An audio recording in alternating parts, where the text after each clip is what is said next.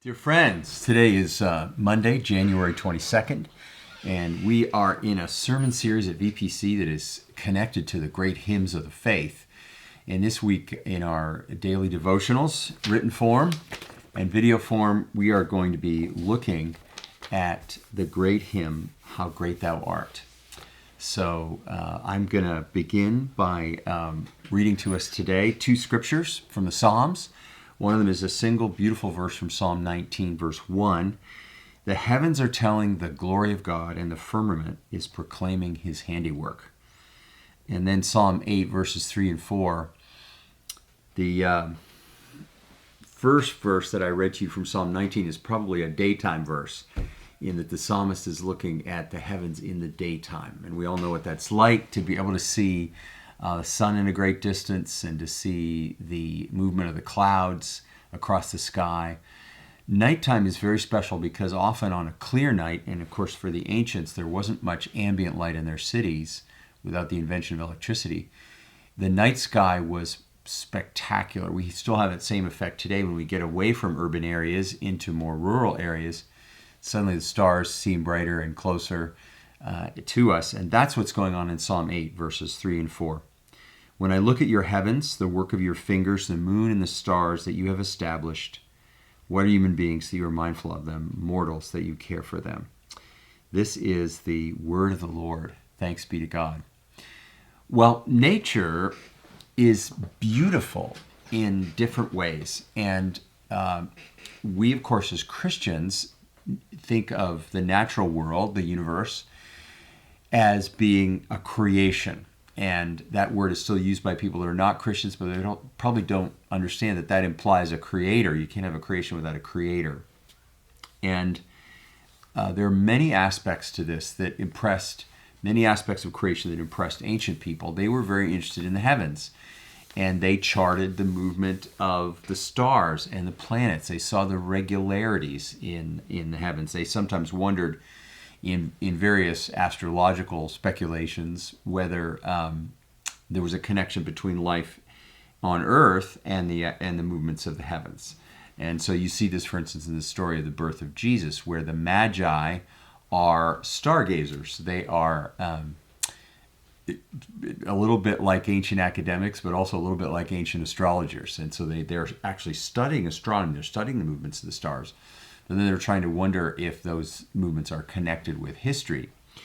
And although that assumption may be wrong, certainly is wrong, this interest in the heavens had an aspect of awe and wonder to it.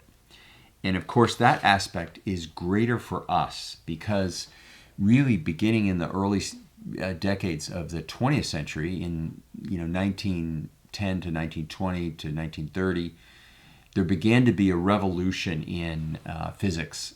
And of course, telescopes had been around for a long time, and so there was a knowledge to a certain level of the universe.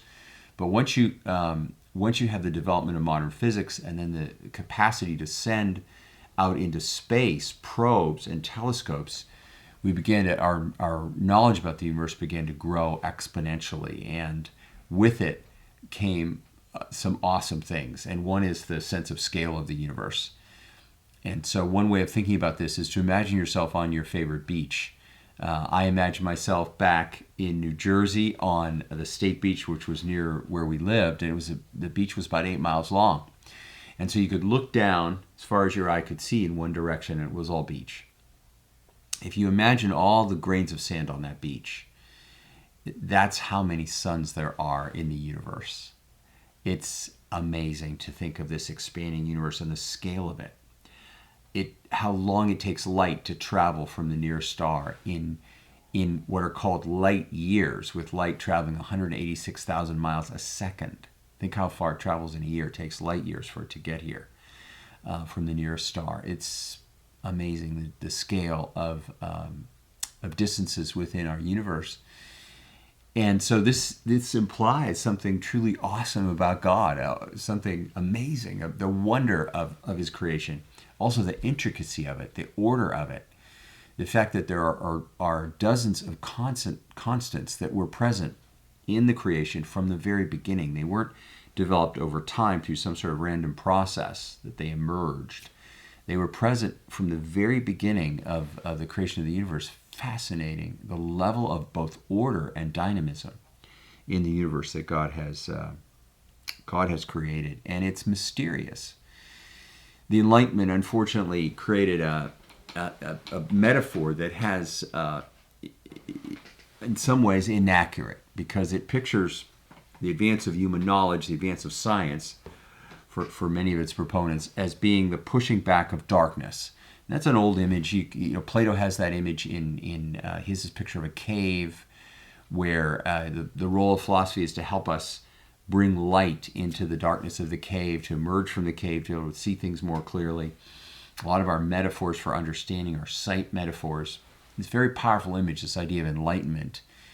But, in fact, what we've found as knowledge has advanced is that as we know more real things about the universe, more facts, it becomes more mysterious, not less.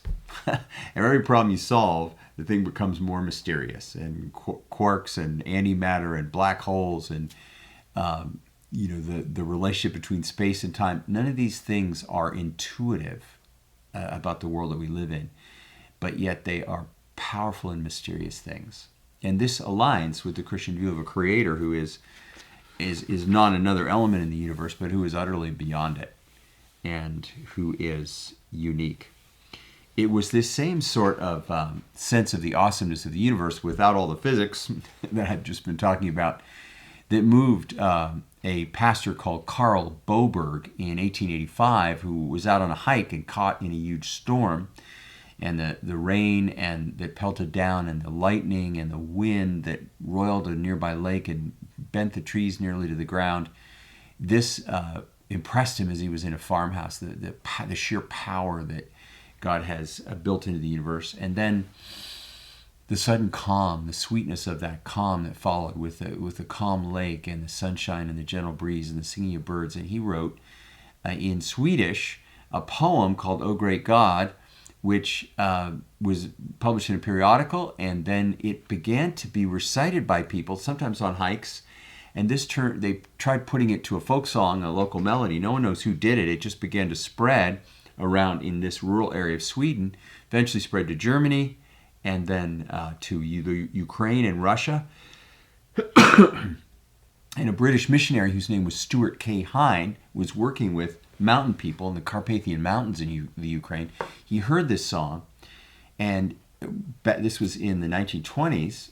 He translated and actually kind of modified the first verses of this, which had to do with the wonders of God in nature, to create the first couple of well-known verses of "How Great Thou Art." I love the chorus of it. "Then sings my soul, my Savior God, to thee, how great thou art, how great thou art. O Lord my God, when I in awesome wonder," the first verse says, "consider all the works thy hands have made, I see the stars, I hear the mighty thunder, thy power throughout the universe displayed." When is the last time you had a sense of awe before the scale and the magnitude, the intricacy and the beauty of the natural world? Let's take a moment and pray. Lord, the more we discover of your creation, the more awe and wonder we feel. Thank you for giving us minds to know and tools to explore the things that you've made. And help us to sense your presence in the ordinary and the everyday and the things that you have created. We ask this in Jesus' name. Amen.